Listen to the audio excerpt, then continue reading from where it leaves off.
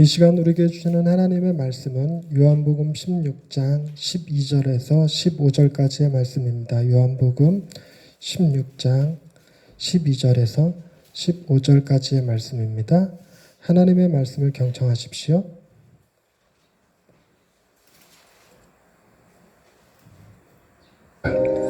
내가 아직도 너희에게 이를 것이 많으나 지금은 너희가 감당하지 못하리라.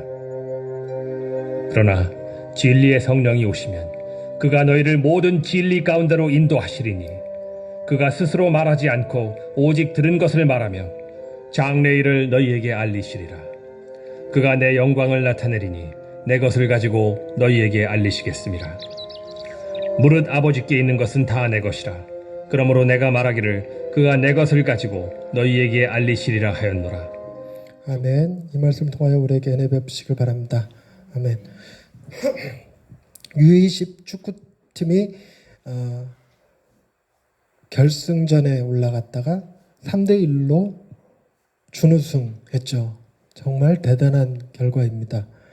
조금 아쉬운 것이 우크라이나가 피파 랭킹 23위 정도 되던데 한번 해볼 수 있는 상대라고 생각했다가 지니까 이길 수 있는 상대라고 생각하기는 어려웠지만 그래도 한번 해볼 만한 상대였다는 생각을 들었는데 조금 아쉽게 됐습니다.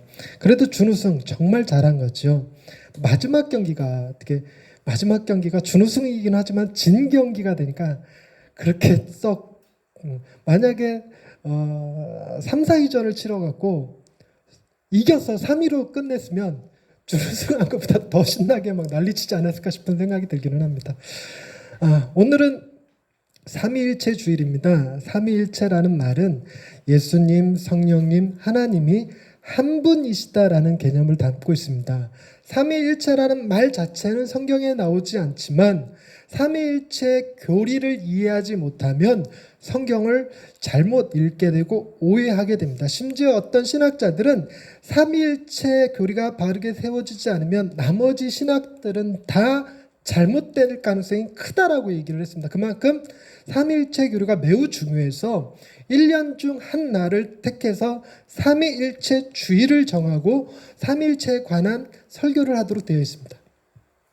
삼위일체에 대한 가장 기본적인 오해는 일신론, 삼신론이라는 개념입니다. 즉, 세 분의 하나님을 인정하지 못하겠다. 나는 한 분의 하나님만 인정하겠다. 이게 일신론. 삼신론은 하나님은 한 분이 아니다. 어떻게 그럴 수가 있냐. 예수님도 하나님, 성령님도 하나님 세 분이시다 라고 주장하는 건 삼신론 이단이라고 얘기합니다. 그러니까 한 분이라고 해도 안 되고 세 분이라고 해도 안 되고 한 분이시자 세 위격으로 존재하시는 분이라고 표현해야 된다는 것입니다. 근데 이런 기본적인 오해 말고도 역사상에서 굉장히 오랫동안 시비가 되어져 왔던 이단 사상들이 있습니다. 근데 이 이단 사상들인데도 불구하고 저 어릴 적에 제가 다녔던 교회 목사님도 이 삼위일체교를 제대로 이해하지 못하셨던 것 같아요. 그래서 저한테 이런 설명을 정말 많이 하셨어요. 물이 0도씨 이하로 내려가면 얼음이 되었다가 100도씨 이상 올라가면 수증기가 된다. 마치 하나님도 이와 같다. 이거 일신론 이단이었더라고요. 신학교가 보니까. 내가 집에서는 아들이었고 교회에서는 목사님이고 학교에서는 교수다. 이것도 일신론 이단이더라고요. 일신론 이단. 그래서 이런 걸 전문 용어로 양태론이라고 표현하는데 양태론, 우리가 이해하기는 쉽지만 어찌됐건 잘못된 교리입니다. 이것은 세 분이 아니라 한 분이죠. 그러니까 그렇기 때문에 단일신론이라고 부르면서 이단이라고 정죄되었습니다. 그리고 또 다른 건 이런 겁니다. 예수님이 참 하나님이시자 참 인간이라는 개념. 우리 이해하기 정말 어렵습니다. 그러니까 신비에 속해서 참 하나님, 참 신이시고 참 인간이라면 그가 어떻게 고통을 경험할 수가 있겠는가?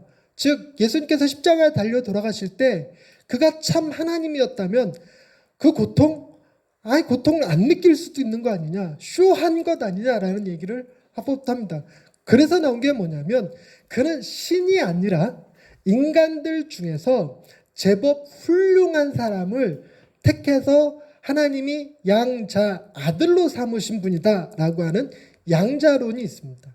그래서 하나님과 예수님, 그 중에서 하나님이 진짜 신이고 예수님은 택함 받은 신, 이다. 그래서 하나님의 능력이 더 탁월하고 예수님의 능력은 좀 떨어지는, 질이 좀 떨어지는 그런 표현을 쓰는 것이 양자론 이단입니다. 그럼 진짜 삼위일체는 뭐냐? 삼위일체를 뭐다라고 설명하는 순간 이단이 될 가능성이 높아요. 그러니까 삼위일체 교리를 전 정말 열심히 배웠고 시험도 보고 계속 세미나를 통해서 얼마 전에도 삼위일체 세미나 다녀왔거든요. 다녀왔음에도 불구하고 이해는 했지만 말로 표현하는 순간 이건 잘못된 말을 할 가능성이 굉장히 많아서 조심스럽습니다. 그러나 뭐는 이해해야 될 필요가 있냐면 삼위일체 하나님이 도대체 어떻게 존재하시느냐라고 하는 존재 형태에 관한 이야기는 우리가 주의 깊게 들을 필요가 있습니다. 세 분이신데 생각해 보십시다. 세 분이신데 그분들이 한 분이시기 위해서는 능력이나 존재나 지위에 차별이 있어서는 안 되겠죠. 차이가 존재해서는 안 됩니다. 그래서 성부 하나님, 성자 예수님, 성령 하나님은 동등하신 분이십니다. 동등하신 분이신데 어떻게 이분들을 한 분이라고 말할 수 있을까? 그렇게 말할 수 있는 것은 성부 하나님이 생각하는 모든 것을 성자 예수님도 같이 생각하시고 성령 예수님도 같이 생각하신다라는 것입니다. 이걸 두고 제가 너무너무 좋아하는 팀 켈러 목사님은 삼위일체 하나님의 완벽하고 아름다운 춤이라고 표현했습니다. 춤. 그러니까 다소 우리나라에서 춤 그러면 약간 딴따라 분위기가 좀 있었고 신성모독 아니야 이렇게 느낄 수도 있는데 이게 굉장히 아름다운 표현이라는 거예요. 세 분이 서로 아름답게 회전하면서 이렇게 춤을 추고 있는 놀랍도록 완벽한 형태. 그것을 삼위일체 하나님의 존재 방식이라고 표현합니다. 그래서 이 형태를 가지고 좀 어려운 표현을 쓰자면 타자지향적 사랑의 관계, 뭐라고 그랬어요 제가? 타자지향적 사랑의 관계라고 표현합니다. 이걸 어떻게 이해할 것인가? 여러분 제수들의 딜레마라고 하는 게임이 있습니다. 그러니까 제수들의 딜레마가 뭔 내용이냐면 어떤 범죄를 지는 공범 둘이 있어요. 둘을 형사들이 하나씩 따로 데리고 들어가서 취조를 합니다. 취조를 하면서 뭐라고 얘기하냐면 만약에 범행을 자백하면 너도 자백하고 네 친구도 자백하면 3년형을 때리겠다. 3년형. 그런데 너도 부인하고 네 친구도 부인하면 3개월형 때리겠다. 다른 거 꼬투리 잡아갖고 다른 거 꼬투리 잡아서 석 달을 감옥에서 지내게 할 것이다. 그런데 너는 부인했는데 네 친구가 시인하면 자백하면 네 친구는 1년형, 너는 10년형. 반대로 네가 자백하고 네 친구가 부인하면 반대로 네가 1년형, 네 친구가 10년형을 살 것이다. 그러면 여러분 어떤 경우의 수가 제일 좋은 거죠? 둘 다 부인하는 겁니다. 둘 다 자기네들은 아니라고 얘기하는 거예요. 그럼 석 달만 살면 돼요. 석 달만.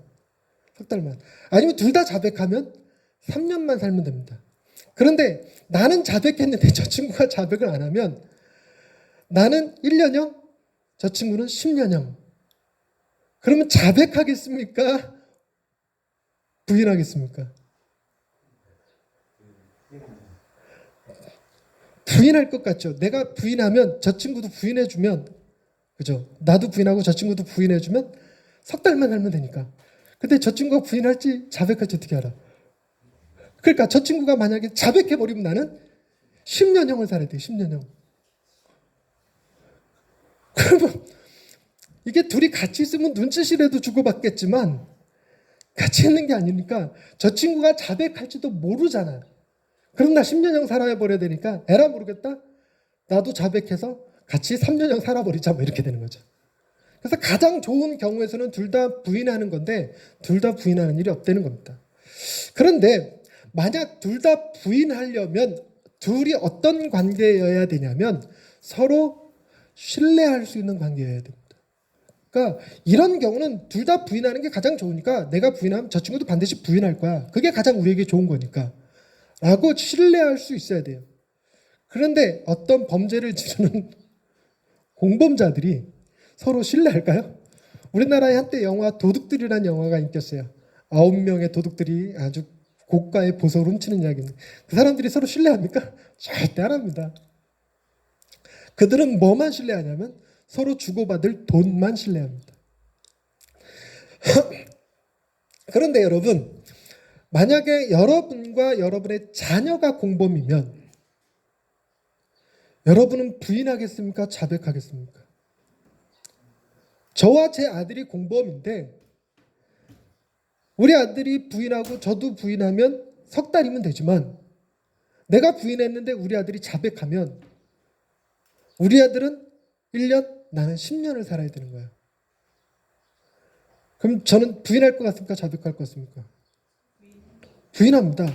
왜 부인하냐면 내 아들을 믿어서가 아니라 내 아들을 사랑해서입니다. 사랑해서. 내가 내 아들을 사랑해서 내가 부인할 테니 너는 자백을 하든 부인하든 알아서 해라. 부인할 거면 석 달을 살 거고 자백할 거면 1년을 살 거고 대신 내가 나머지를 살아줄게 하는 거죠. 이타적 사랑의 관계, 타자지향적 사랑의 관계란 바로 이런 것입니다. 하나님과 예수님과 성령님이 서로 상호 신뢰한다. 그래서 서로 부인한다. 그 얘기가 아니라 서로 사랑한다. 그래서 네가 더 잘 되기를 바라는 마음으로 내가 부인하는 거예요. 그게 타자지향적 사랑의 관계라는 것입니다. 그러니 하나님도 그렇게 생각하시고 예수님도 그렇게 생각하시고 성령님도 그렇게 생각하시니 세 분이 얼마나 사랑의 관계가 충분하고 만족스러운 관계가 되겠습니까? 가장 행복한 상태가 될 것입니다. 그런데 이런 분들이 하나님께서 그의 아들 예수 그리스도를 이 땅에 보내셔서 십자가에 죽게 하신 이 사건을 가만히 생각해 보십시다. 하나님은 그 아들을 미워하시는 게 아닙니다. 정말 너무너무 뜨겁게 사랑하십니다. 그런데 뜨겁게 사랑하는데 그 아들이 십자가에서 죽는 걸 봐야 되는 하나님 아버지의 마음은 얼마나 힘들까요? 여러분, 우리가 짐작할 수 있겠습니까? 십자가에서 죽어야 되는 당사자 예수님의 심정과 너무너무 사랑하는, 그래서 정말 잘 됐으면 좋겠다고 생각하는 그 아들 예수님이 십자가에 죽어야 되는 것을 바라봐야 되는 아버지 하나님의 심정, 누가 더 고통스러울까요? 이것은 가늠할 수가 없습니다. 또 그렇게 사랑하는 예수님을 십자가의 길로 이끌어야 되는 성령님의 그 고통, 그것도 이루 말할 수 없겠죠. 그래서 여러분 중요하게 여겨야 될 것, 삼위일체 주일에 기억해야 될 것은 세 분의 하나님은 동등하신 분입니다. 아멘 한번 해주세요. 동등하신 분입니다.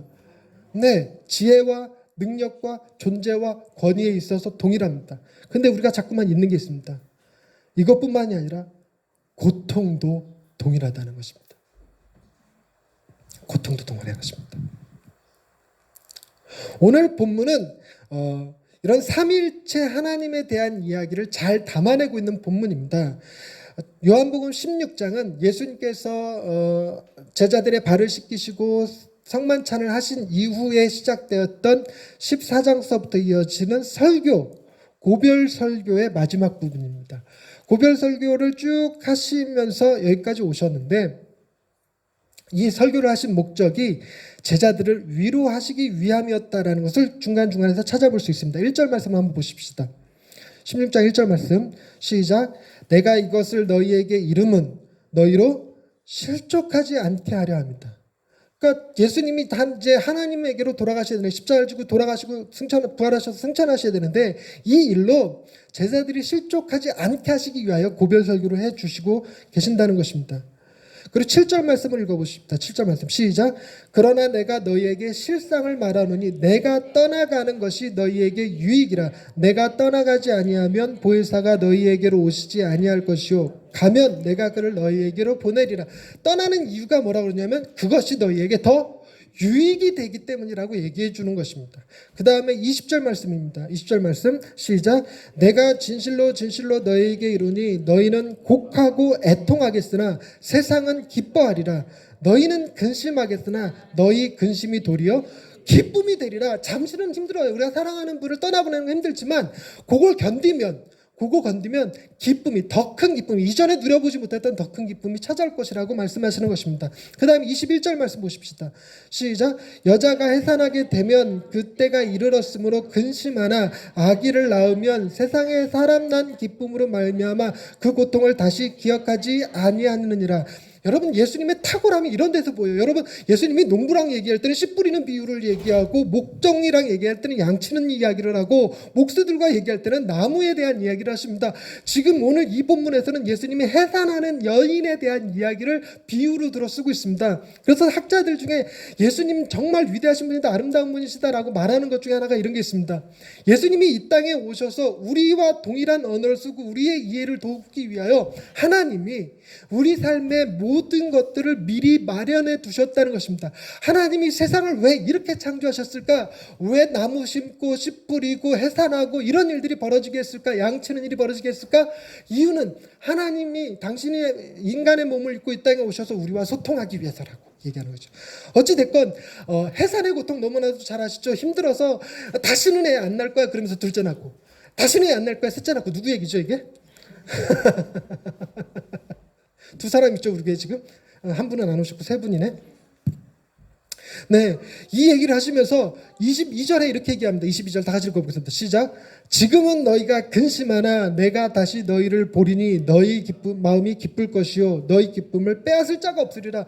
빼앗기지 않는 완벽한 기쁨을 우리에게 주시기 위함이라는 것입니다. 그리고 마지막으로 33절 말씀 보시죠. 이게 결론입니다. 33절 시작. 이것을 너희에게 이르는 것은 너희로 내 안에서 평안을 누리게 하려 함이라. 세상에서는 너희가 환난을 당하나 담대하라. 내가 세상을 이기었노라. 여러분 환난이 우리에게 있지만 없는 건 아니에요. 왜냐하면 하나님 그분도 환난으로 지금 십자가에 죽으시는 거거든요. 주님도 십자가에 죽으시는데 환난이 아예 없을 수는 없지만 주님이 환난을 겪으심으로 말미암아 우리가 환난 중에 넘어지지 않게 하셨어요. 환난을 당하는데 우린 결과를 알아요. 이미 주님이 악한 것, 잘못된 것들은 다 십자가에서 해결하셨기 때문에 환난 그 자체가 우리를 나쁜 길로 악한 결과를 만들어내지 않을 거라는 것입니다. 그러니까 담대해질 수 있어요.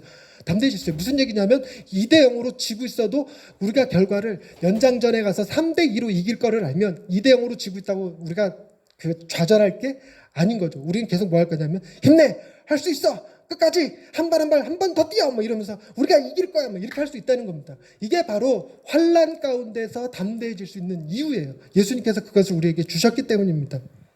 왜냐하면 세상을 주님이 이기셨기 때문이죠. 이런 분위기 속에서 주님은 오늘 본문의 말씀에서 성령 보혜사에 관한 이야기를 하신 겁니다. 자, 그러면 전체적인 설교 맥락의 분위기 속에서 보면 보혜사를 얘기한 것은 부정적으로 얘기할 가능성이 큽니까? 긍정적으로 얘기할 가능성이 큽니까?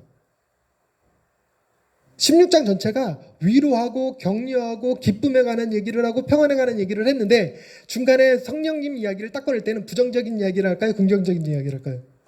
긍정적인 이야기를 하겠죠. 긍정 얘기를. 오늘 우리가 읽었던 12절서부터 15절 말씀은 그냥 누가 봐도 긍정적인 얘기예요. 성령님이 주로 하시는 일이 진리에 대한 거고 그걸 알리시는 일이에요. 그런데 조금 헷갈리는 것이 8, 9, 10, 11절입니다. 8절 말씀 보십시다. 그가 와서 죄에 대하여, 의에 대하여, 심판에 대하여 세상을 책망하시리라. 이게 약간 부정적으로 느껴진단 말이에요. 그러면서 그 다음에 얘기가 죄에 대하여라 하면 그들이 나를 믿지 아니하며 의에 대하여라 하면 내가 아버지께로 가니 너희가 다시 나를 보지 못하며 심판에 대하여라 하면 이 세상 임금은 심판을 받았습니다. 여러분 우리가 이 말씀을 읽으면서 힘든 게 뭐냐면 뭔 뜻인지 몰라서 그래요. 뭔 소리야 이게.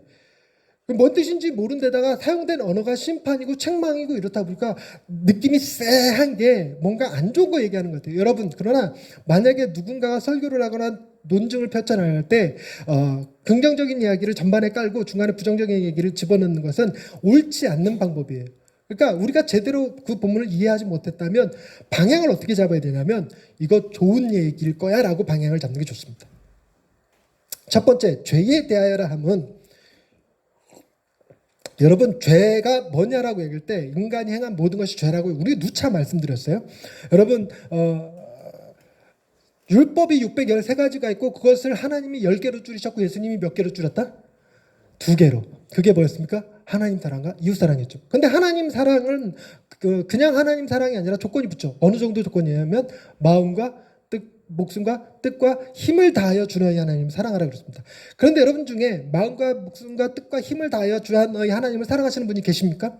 절대 계시지 않다고 저는 생각해요. 뭐도 생각하냐면 저는 분명하게 하나님을 마음과 목숨과 뜻과 힘을 다하여 사랑합니다라고 얘기하면 와 이렇게 얘기하지 않고 구라치네 이렇게 돼요. 일단 내가 그게 안 되기 때문에. 그런데 죄라는 게 뭐냐면 여러분 인간의 마음은 하나님이 계셔야 될 그 자리에 하나님이 있지 아니하면 비어있는 상태로 텅 빈 상태로 존재하지 않습니다. 절대로 그렇게 존재하지 않습니다. 그래서 그 자리에 마음과 목숨과 뜻과 힘을 다하여 사랑하는 대상이 하나님이 아니라 반드시 그 자리엔 다른 게 있습니다. 다른 게 있습니다. 여러분은 마음과 목숨과 뜻과 힘을 다하여 사랑하는 것이 혹 자녀들 아닙니까? 마음과 목숨과 뜻과 힘을 다하여 사랑하는 것이 혹시 여러분의 직장 아닙니까? 마음과 목숨과 뜻을 힘을 다하여 살아가는 것이 여러분들이 가지신 명예나 권력이나 지혜나 재정 아닙니까? 우리는 그렇습니다. 우리는 하나님이 계셔야 되는 그 자리에 하나님을 두지 않는 죄악을 가지고 우리가 하나님을 사랑하지 않는다는 게 아닙니다. 사랑의 우선순위가 잘못되어 있어요. 그래서 내가 가진 모든 것으로 하나님을 섬기는 것이 아니라 내가 가진 것들을 유지하기 위하여 혹은 더 늘리기 위하여 하나님을 이용하고 있어요. 그래서 하나님한테 기도함으로 내가 가진 재산이 늘어나길 바라고 하나님께 기도함으로 내 명예가 커지고 내 성공이 커지고 내 권력이 커지고 하는 것들을 더 바라게 됩니다. 하나님은 내가 가진 것으로 섬기는 대상이 아니라 하나님을 시녀로 부리는 매우 잘못된 죄 가운데 살아가고 있는 게 저희들이죠. 바로 그 점을 책망하시는 겁니다. 하나님을 바르게 보고 하나님을 바르게 살아가는 것. 그것이 어떤 것이냐면 오늘 9절 말씀에서 주님을 믿는 일이라고 얘기합니다. 우리가 마음과 목숨과 뜻과 힘을 다하여 주 너희 하나님 사랑하는 일이 불가능하다고 말씀드렸어요. 그렇게 하고 있다고 하는 사람 보면 제가 구라치네 이렇게 말한다고 해요. 그러나 우리는 뭐는 할 수 있냐면 주님을 믿을 수가 있어요. 주님이 바로 뭐 하신 분이냐면 마음과 목숨과 뜻과 힘을 다하여 하나님을 사랑하신 분입니다. 아까 이타적 사랑의 관계, 타자지향적 사랑의 관계 말씀드렸죠. 바로 그런 관계를 유지하고 계신 그분이니까 나를 대신해서 그분을 바라보는 것. 내가 하지 못하는 일을 주님이 하시는 것. 그 주님이 행하신 그 일을 믿는 것. 그게 바로 죄를 이기는 방법이라는 것입니다. 두 번째, 의에 대하여라는 것은 여러분 10절 말씀에 내가 아버지께로 간다라는 표현이 있거든요. 아버지께로 가는 방법. 여러분 예수님께서 이 땅에 내려오시는 방법은 성령님이 마리아 동정녀 몸에서 이렇게 예수님이 탄생하게 하셨어요. 근데 그 예수님이 하나님께로 가는 방법은 뭐였습니까? 십자가에 죽으시고 부활하신 후 승천하시는 겁니다. 이걸 의라고 합니다. 의. 그래서 의는 뭐냐면 십자가에 지는 일이 굉장히 고통스러워요. 죽음에 해당하는 일이니까. 그러나 죽음에도 불구하고 순종하는 것. 여러분 우리 이런 거 없어요. 죽기까지 순종한다? 좀처럼 못합니다. 그러나 진짜 의는 내가 율법을 얼마나 지켰냐, 주의를 얼마나 성수했냐, 전도를 몇 명을 했냐, 내가 선한 일을 얼마나 많이 했느냐가 아니라 내가 얼마나 내 생명을 내놓아가면서 하나님 앞에 순종했느냐예요. 그래서 학자들은 이렇게 얘기합니다. 99%의 순종은 불순종이다. 그런데 정말 100% 순종하신 분은 주님이세요. 고난을 겪은 후 영광을 누리시는 거죠. 그래서 의에 대하여라 함을 말할 때 그 책망은 고난을 통과하지 않은 영광을 누리는 우리들한테 말씀하시는 거예요. 여러분 우리는 너무나 쉽게 고난을 제외한 영광을 자꾸만 추구해요. 아프지 않고 실패하지 않고 넘어지지 않고 뭐든지 다 만사 형통 넓은 길 하위의 이런 걸 바라봐요. 그래서 여러분 구약에서도 다윗을 위대한 왕이라고 그러지만 끊임없이 다윗은 사울의 죽임을 당할 위협에 처해 있어요. 그가 지은 시편 보세요. 눈물로 내 침상을 띄운다 이런 표현이 나와요. 요셉은 어떻습니까? 애굽의 총리가 될 때까지 그 전에 형들한테 팔려서 노예로 애굽에 내려간 사람이 요셉이었어요. 여러분 우리는 그런 고통을 통과하지 않았습니다. 우리는 그런 고통이 오면 순종하지 않고 원망하는 사람들입니다. 그래서 우리는 의를 내세울 수 있는 존재가 결코 아닙니다. 여러분 생각해 보십시다. 제 말을 잘 이해하셨는지 볼게요. 여러분이 노벨 문학상을 탔어요. 그럼 여러분한테 노벨상을 탔으면 영광이 있는 겁니까? 없는 겁니까? 없는 거예요. 우리는 뭐 하지 않았기 때문에? 고난을 통과하지 않았기 때문에. 우리는 내 의를 주장할 게 아니라 주님의 의를 덧입는 수밖에 없어요. 덧입는 수. 마지막 심판에 관한 이야기. 여러분 심판에 관한 이야기. 세상 임금이 심판을 받았다는 게 여기서 세상 임금이라 하면 귀신을 얘기해. 마귀가 하는 일이 뭐냐면요. 끊임없이 정죄하는 일을 합니다.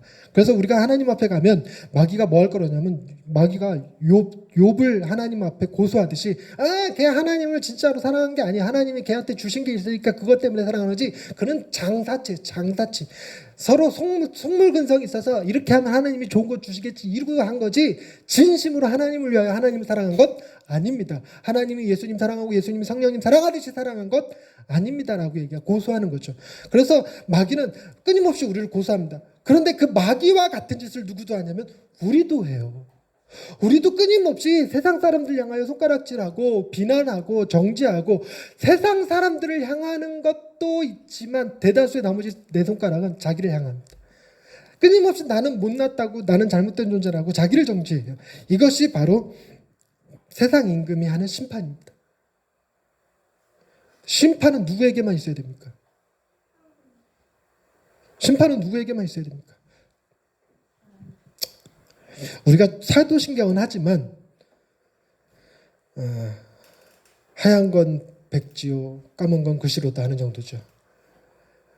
장사된 지 사흘 만에 죽은 자 가운데서 다시 살아나셨으며 하늘에 오르시어 전능하신 아버지 하나님 우편에 앉아 계시다 거기로부터 살아있는 자와 죽은 자를 심판하러 누가 와? 예수님이 오셔요. 예수님이 심판하셔요. 예수님이 심판하시는데 당신이 심판하시는 대상이 당신이 십자가를 지신 대상이면 심판하겠습니까? 안 하죠. 안 하죠. 그래서 여러분 우리는 심판을 면한 존재가 됩니다. 예수님 때문에. 자, 그러면 이게 부정적이냐 긍정적이냐 하는 문제를 결론 지어 보십시다. 여러분, 죄, 하나님을 제대로 섬기지 않고 사랑하지 않은 죄, 의, 고난을 통과하지 않은 영광을 우리가 내세운 것, 심판, 세상 임금의 심판, 우리를 스스로 정죄하는 모든 것들, 이런 것들은 뭐를 믿기만 하면 해결이 돼요? 예수님, 할렐루야.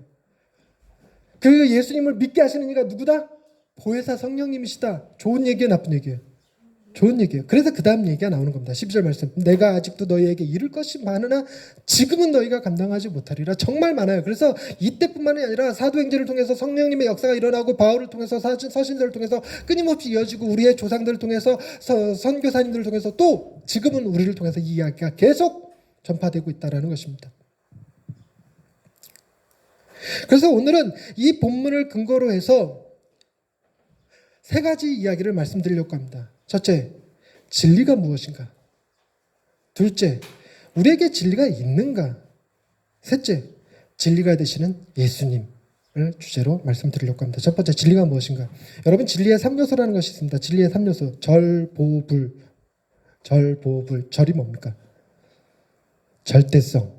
보가 뭡니까? 보편성. 불이 뭡니까? 불변성. 절대성이란 제약이나 조건에 구애되지 않는 겁니다. 밤에는 신인데 낮에는 신이 아니야. 그럼 신이 아니에요. 그건. 그래서 절대적이어야 됩니다. 두 번째, 보편성. 보편성이라는 얘기는 나에게도 신이면 너에게도 신이어야 되고 지구인에게 신이면 화성인에게도 신이어야 됩니다. 화성에 갔더니 걔네들은 하나님을 신으로 섬기지 않아. 그러면 신이 아닌 거예요. 이걸 보편성이라고 합니다. 그럼 불변성은요? 변하지 않아야 됩니다. 옛날에는 신이었는데 지금은 과학이 하도 발달해갖고 더 이상 신이 아니야. 지금은 과학이 흙을 빚어서 사람을 만들어내. 그러면 하나님이 신입니까 아닙니까? 하나님이 신인 이유. 그 흙을 만들어내시니까.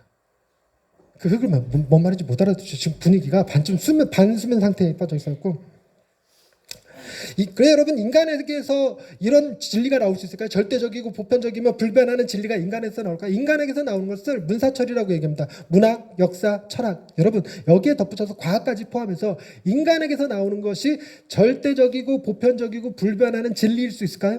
여러분, 우리가 생각하는 과학이 그 진리에 가깝다라고 느낍니다. 과학이. 철학은 끊임없이 바뀌었으니까 철학은 거기에 말도 못해. 소크라테스, 아리스토텔레스 지금 얘기해봐야 아무 의미 없는 얘기들이에요. 그러니까 여러분, 과학의 제1법칙, 2법칙, 연력학 제1법칙, 열편형 법칙, 질량 보존의 법칙, 이런 것들 다 얘기하는데, 이것도 여러분 절대성은 갖지지만 영원성은 못 갖는 거 아시죠? 불변성 못 갖는 거 아시죠? 내일 어떻게 될지 몰라요. 내가 누차 얘기했죠. 내일 태양 뜰까요, 안 뜰까요?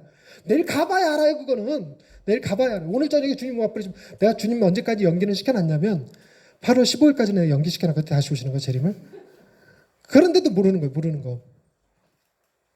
여러분, 그렇기 때문에 인간에게서 나오는 것은 진리가 될 수 없습니다. 그래서 진리는 시간 너머에 계신 분에게서부터 나와야 돼요.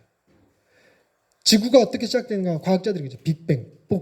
빅뱅에 의해서 시작했다. 우주 대폭발에 의해서 시작됐다. 그건 정말 빼도 박도 못하게 지금 우주가 팽창하고 있어서 뭐라고 변명할 거리도 없는데, 그럼 누가 폭발을 일으켰는가? 과학자들이 얘기는 누군가 폭발을 일으켰을 그 당시에 시간이 시작됐다고 해요. 그 시간은 자연적으로 존재하는 게 인위적으로 존재한다고 얘기합니다.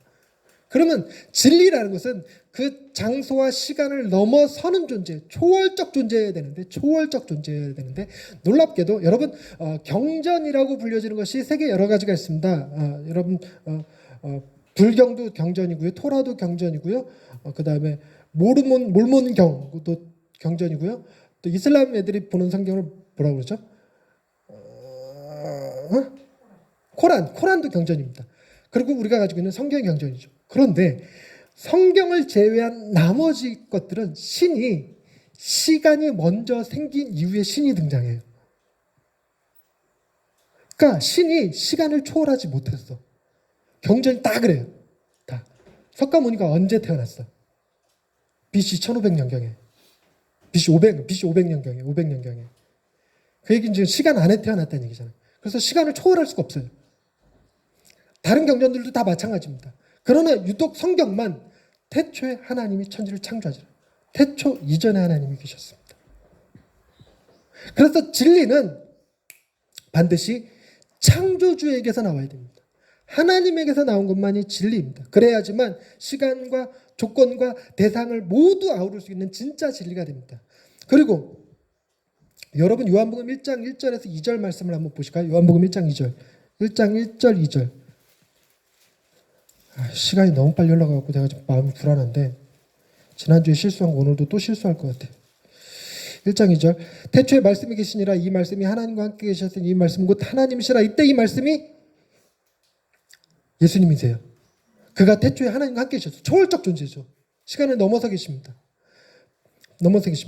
그리고 14절 말씀 보세요. 14절, 1장 14절.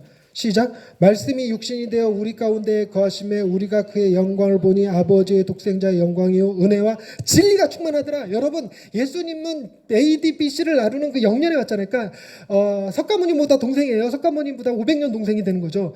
그런데 여러분, 그 예수님이 그 시간 가운데로 들어오신 거지 그 시간 안에서 태어나신 게 아닙니다. 여러분, 그걸 잘 알아야 돼요.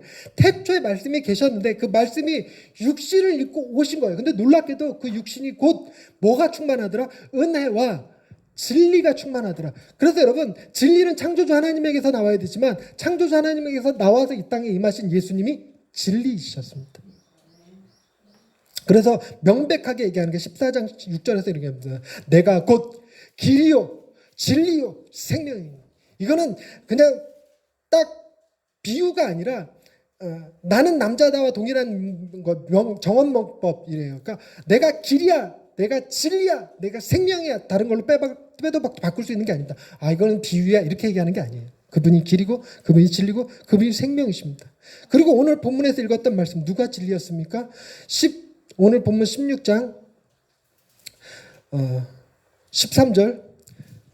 그러나 누가 오시면? 진리의 성령이 오시면. 성령님이 진리셨어요. 근데 성령님이 진리일 수 있는 이유, 진리는 절대적 불변성, 보편성을 지녀야 된다고 말씀드렸어요. 그러니까 절대성을 지닐 수 있는 유일한 존재는 하나님밖에 없어요. 그래서 그 태초에 하나님과 함께 계셨던 그 말씀이 이 땅에 오신 예수님이 그분의 말씀을 가지고 오셨죠. 그렇기 때문에 그분이 진리예요. 그러면 성령님도 반드시 뭐 해야 되냐면 거기로부터 같이 나와야 돼요. 거기로부터. 그 말씀을 보십시다.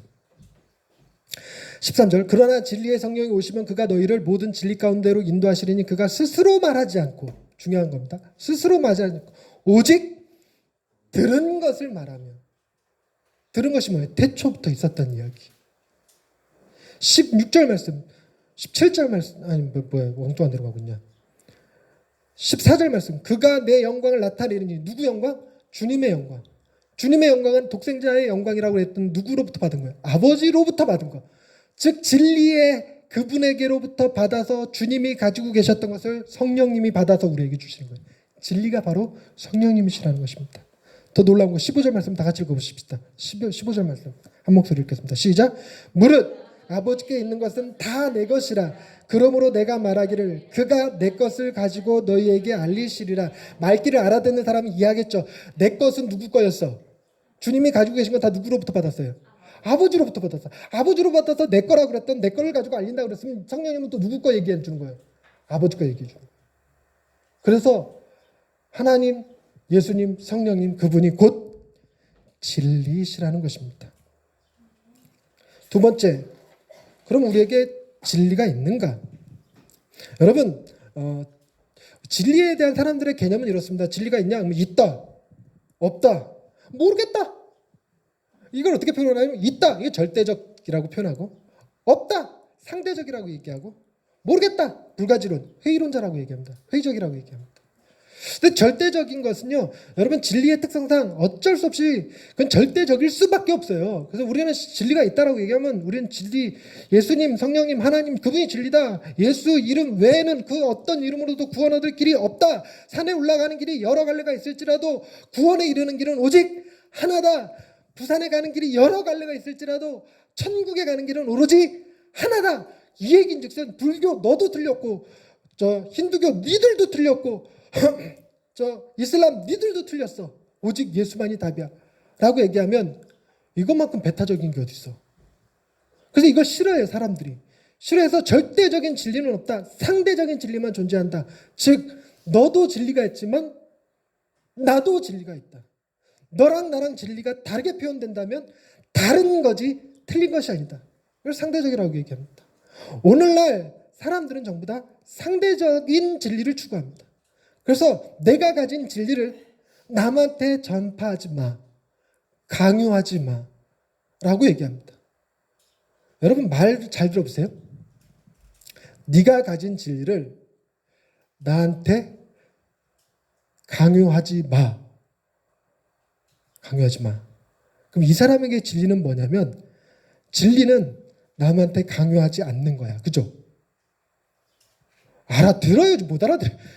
누군가는 좀 알아들은 표정 좀 지어봐. 하영아 알아듣겠냐? 그 사람이 가진 진리는 남한테 강요하지 않는 거야. 그걸 진리로 붙잡고 있어. 진리가 뭐라고? 남한테 강요하지 않는 거. 그죠? 근데 지는 나한테 뭐 하고 있어? 강요하고 있어. 이런. 그래서 상대주의는 지들의 칼날을 지들한테 안 들이대요. 그러니까 내가 전도하는 건 잘못됐다고 그러고 지가 나한테 전도하고 있잖아. 강요하지 말라고. 그러니까 지가 전도하는 거는 괜찮고 내가 전도하는 건 안 돼? 말이 안 되죠. 그래서 사람들은 그렇게 이해하는데 이거를 뭐라고 표현하죠? 인지부조화라고 그래요. 인지부조화. 자기네들이 뭔 말하고 있는지를 몰라요. 이게 상대주의입니다. 그 다음에 회의론적 있습니다. 모르겠다.